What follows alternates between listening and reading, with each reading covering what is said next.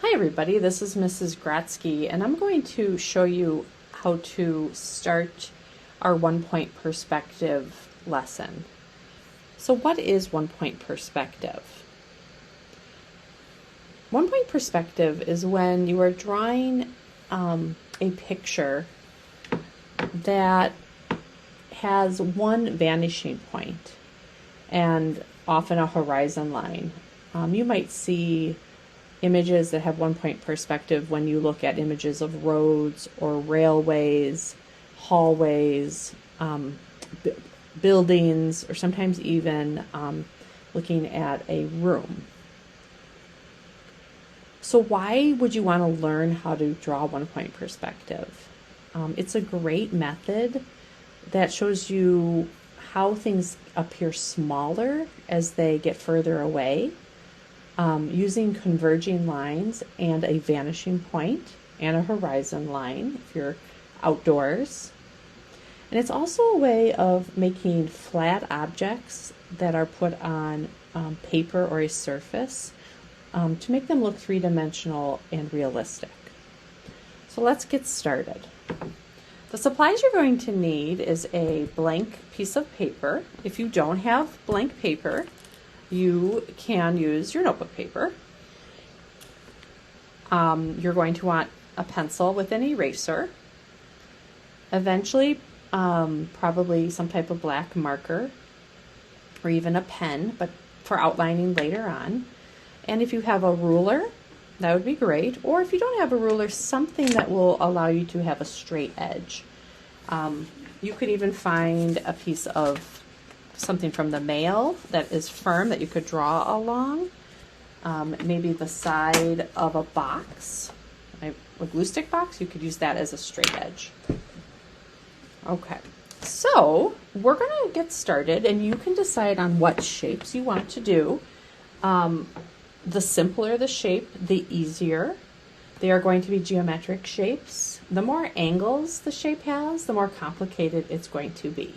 So if one-point perspective seems very challenging to you from the previous presentation and looking at student work, then you might just want to stick with rectangles or squares, maybe triangles.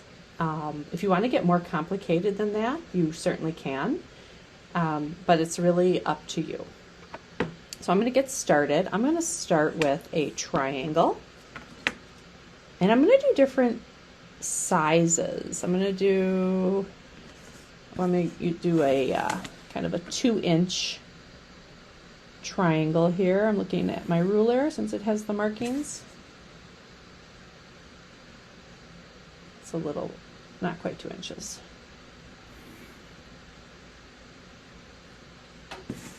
Again, I'm going to draw really hard, but please make sure you guys are drawing light. All right, there. And now I'm going to do...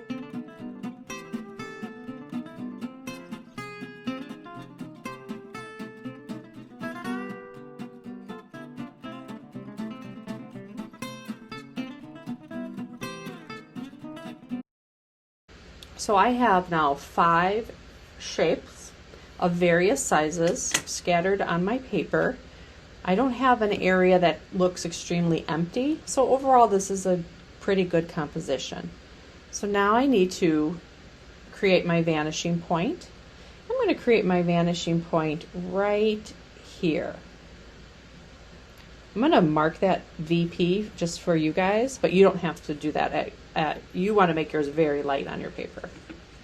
Now I'm going to go from the corner of my square here to my vanishing point, to my vanishing point. And I want to cut this off. I need my box to have an ending or a backside. So this is a vertical line. I'm going to create another vertical line between my converging lines right there. And that creates the stopping point of my box, and I'm going to erase those guidelines or those converging lines. And that's the backside of my box, and that's the front of my box. I won't see the top of my box because the top line of my box is above my vanishing point. So I will only see the side of the box, two sides, the front side and the converging side. Now let's do our triangle. To the vanishing point, to the vanishing point. Okay, but I need to cut it off or stop it. I'm going to stop it right about here, and I need to repeat this horizontal line. It just gets repeated here. I decide where. It's your decision as the artist. And then I erase my converging lines. And there I have a 3D shape. I do not see the other sides of my triangle because it is above the vanishing point. Let me keep going.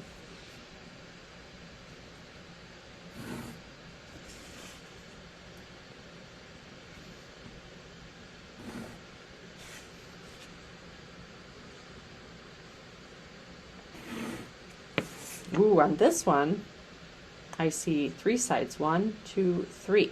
I have to stop, put a stop to them or cut them off.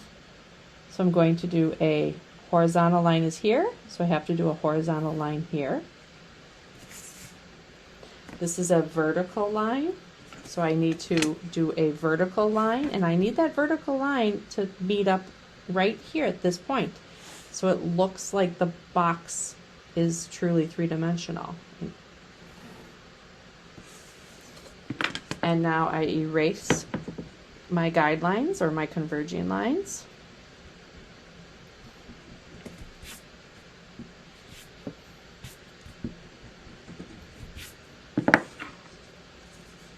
Oops, I erased too much.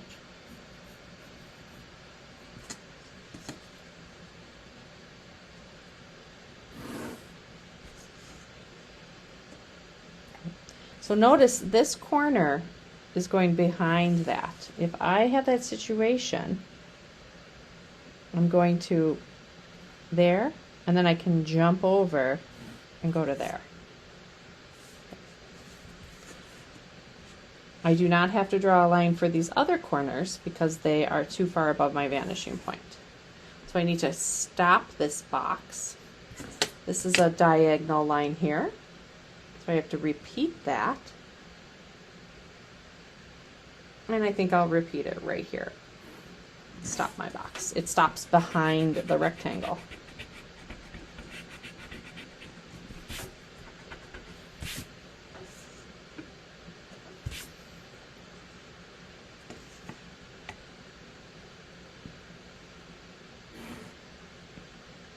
Make sure you're really lining up your corners to your vanishing point,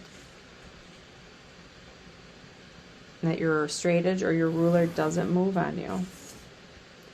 Okay, now I have to, here's the front of my rectangle. I have to put a back on it. I have to cut it off. So vertical line.